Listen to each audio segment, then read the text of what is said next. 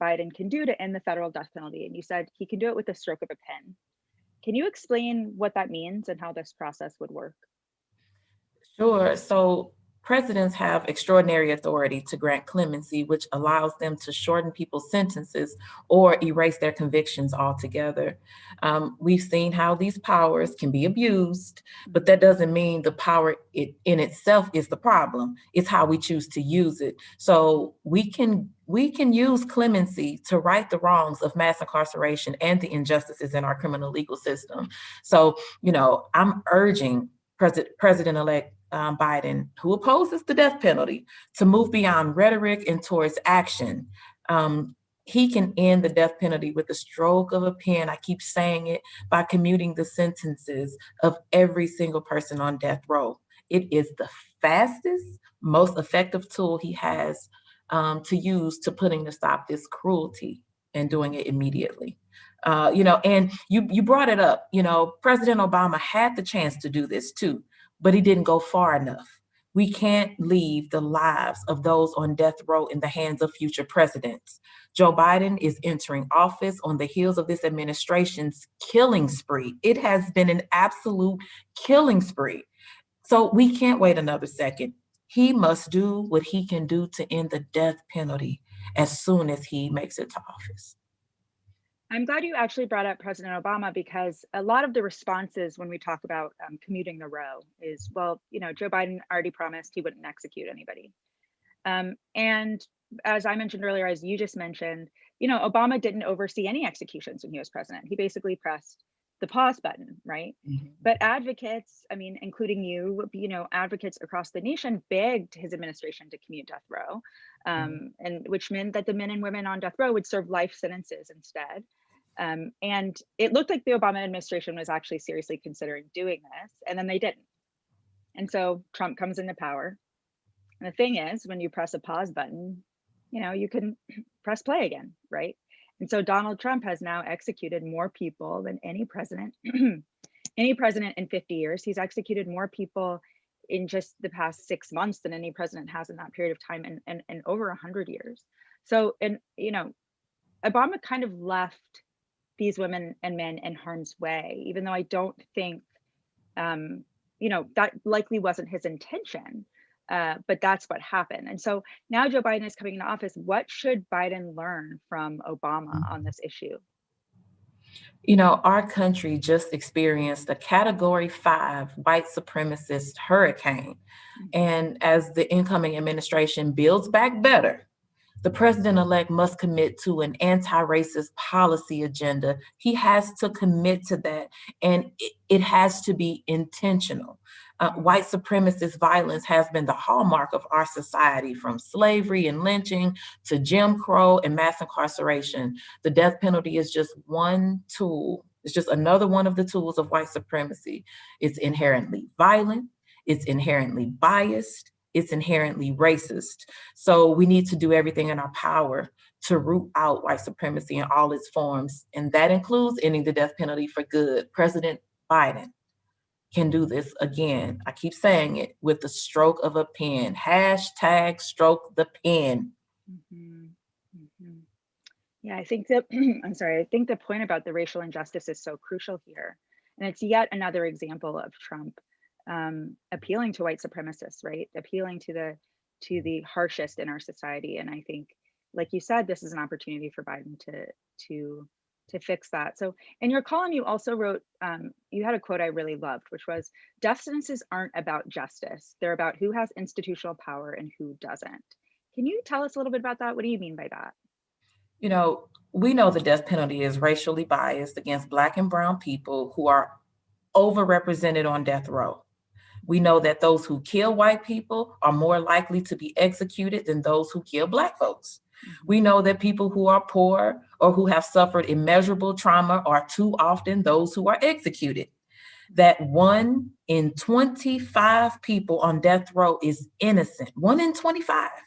That's not justice. That's murder at the hands of the government. So when you have a system like this one that is ripe with error, bias, inherently violent, everyone is a Lisa Montgomery. Everyone is a Brandon Bernard. Murder at the hands of the government cannot be who we are. We need real justice. We need true accountability. We need to make critical investments in communities to disrupt poverty and violence. We need to prioritize rehabilitation and restorative justice. You know, many proponents of the death penalty say that it's supposed to deter crime. But we all know that's not true. No credible study has been found that the death penalty deters criminal behavior. So what really is the underlying reason for the death penalty? What is the real reason? Do we have other forms of justice that can be institutionalized?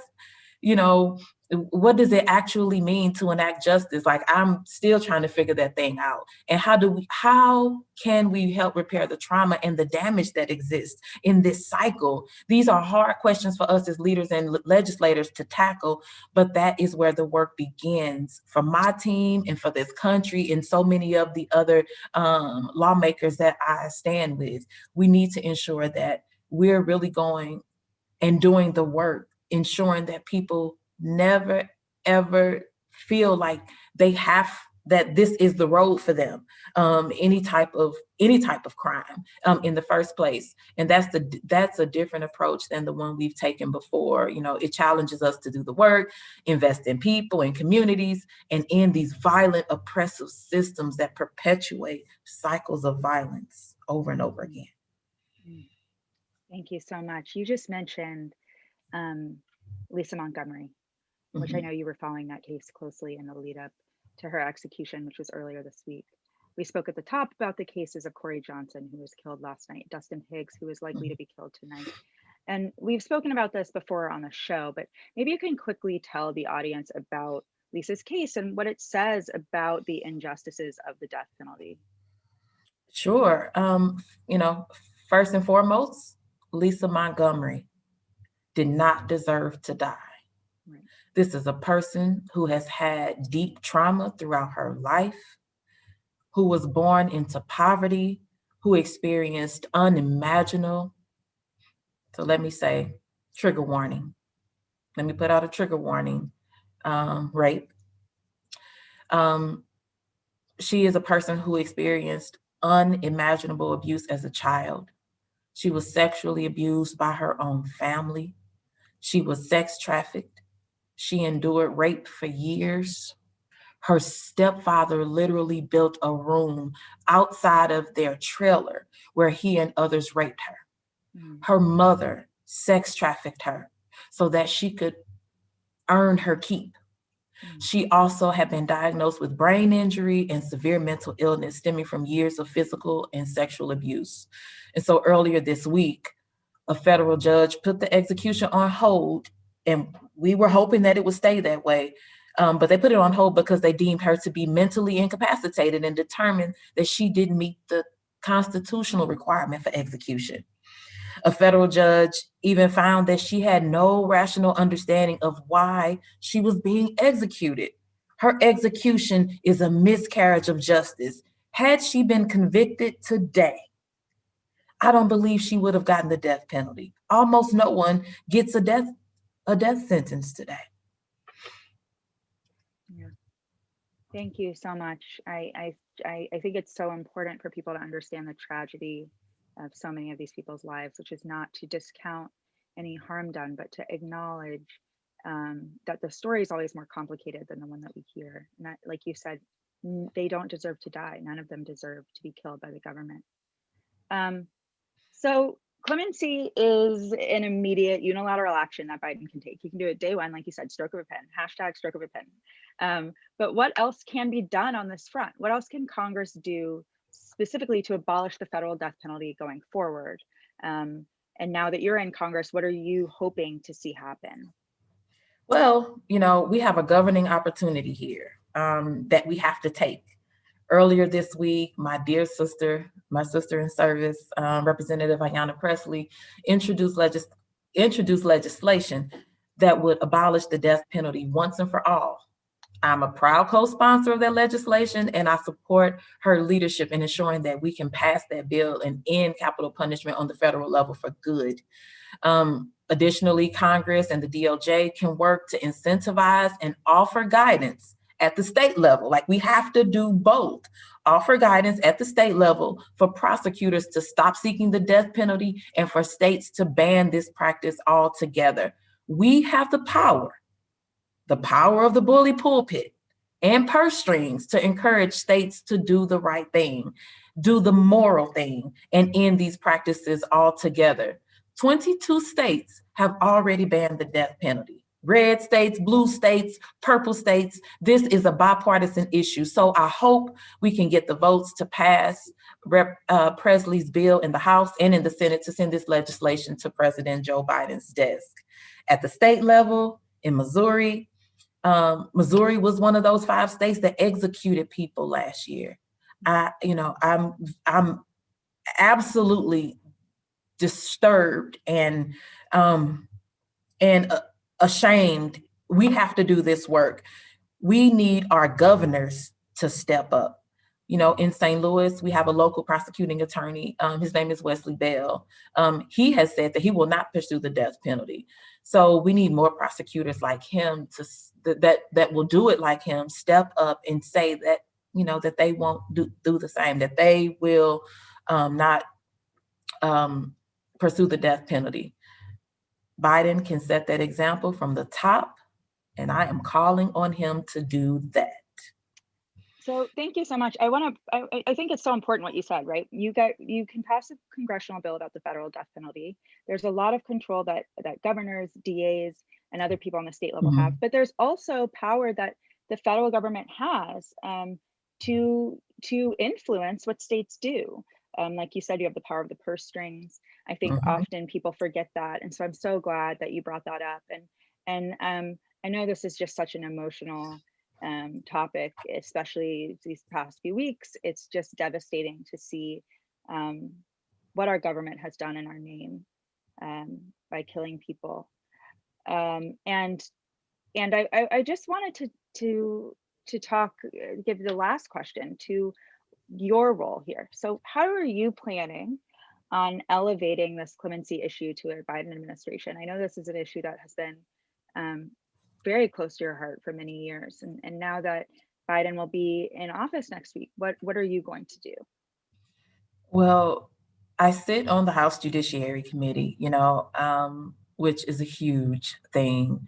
It's a huge deal.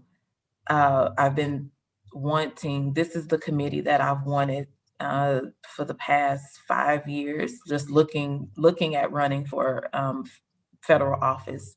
But being on this committee, it's a committee which gives my colleagues and I direct oversight over the Department of Justice. Let me say that again. Direct oversight authority over the Department of Justice. We can use the power of our committee to investigate the ways in which federal prosecutors pursue the death penalty. We can push for resentencing reforms and encourage the president to use clemency and enact policies that will help facilitate the use of clemency. But even more than that, I'm a politivist, I'm an activist, and I'm a politician. So I don't feel constrained by what we can do legislatively. I think we need to continue to organize and to mobilize around the death penalty. Trump may be out of office in 5 days, but the threat and torture of death is still there until we do something to stop it. I have some ideas that my team and I are considering of ways we can use my activist roots in partnership with the organizations and activists that have been leading this fight for decades to push for the change we want to see when it comes to ending this cruel, cruel practice. I will also work with my colleagues, to push this as a day one policy issue that the Biden administration can take on. Rep. Presley and I are leading an effort together right now, calling on Biden to use executive power to end this barbaric practice. So that's where we can start. Thank you, Congresswoman. We're just so happy you made the time to join us today. We are honored. We're so excited to see what you do in Congress, and we're thrilled to see some movement happening around this issue. So thank you so much for joining us. Thank you. Thank you for having me. Thank you for elevating this much needed issue. We're happy to have you back anytime. So just let us know. Thank you. And thank you everybody for tuning in to the Appeal Live. I'm Josie Duffy Rice. I'm president of the Appeal. Please tune in next week, and thank you again.